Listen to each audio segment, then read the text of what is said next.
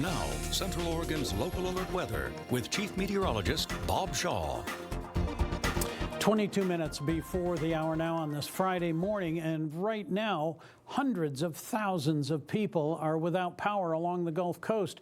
The relentless rains and remnants of what was Hurricane Sally now soaking the Carolinas and moving toward the northeast. Chris James is on the ground in hard-hit Alabama, where the storm first struck land as a Category 2 hurricane. Citizens awoke to extensive damage and destructive property, and loss of power and infrastructure, and sadly, even the loss of life. Sally's wrath lingers on in Florida and Alabama. A trail of mass devastation revealed from the air, where debris-laced waters have taken over once thriving neighborhoods, and swollen rising rivers are now threatening bridges across Florida. That widespread river flooding is ongoing, and it could continue over the next weeks in different parts of Florida. Who can really control the power of a hurricane? No one. The storm soaking Georgia, saturated grounds triggering the collapse of a tree through a home, killing one person. Power, though, is a major initiative and a priority at this point. Hundreds of thousands of homes and businesses are now sitting in darkness. They do have crews here working. They're going to be working 24/7 to be able to get the power back on. Now officials are keeping their eyes on new threats brewing. There are 7 systems out there right now, one of which this system in the Bay of Campeche. We could be doing this again in a few days.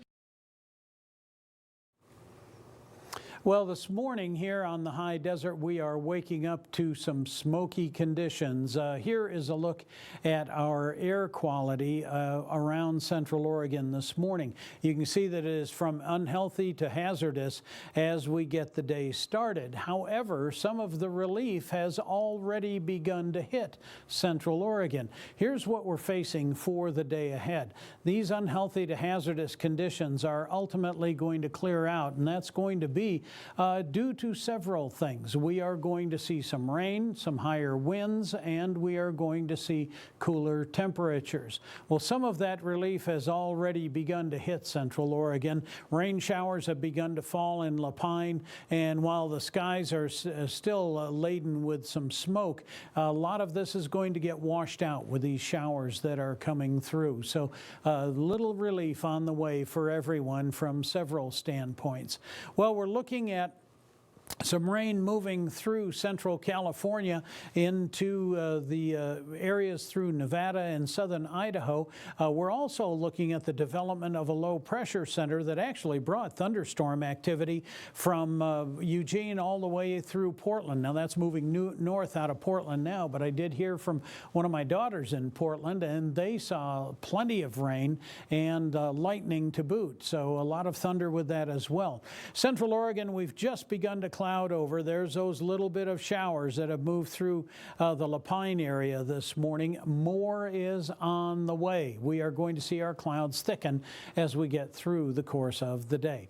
Well, we're looking at temperatures from the low 40s to the low 50s across the high desert this morning, and winds that have not picked up much just yet. They've been pretty gentle and generally out of the south.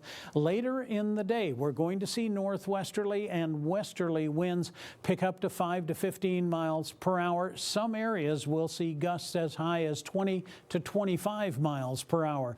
All of that's going to help clear some of the smoke as well. Temperatures today will range from a low to 60s to upper 60s, with just a couple of spots that'll be hitting that 70-degree mark. So there's that cooler air that comes in with the front that's sweeping through.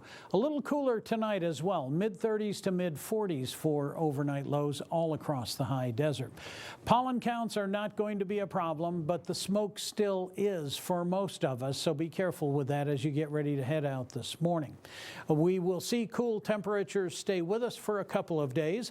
The showers will as well. They'll taper off as we get through Friday night into Saturday morning, and from there we'll start to see some clearing skies.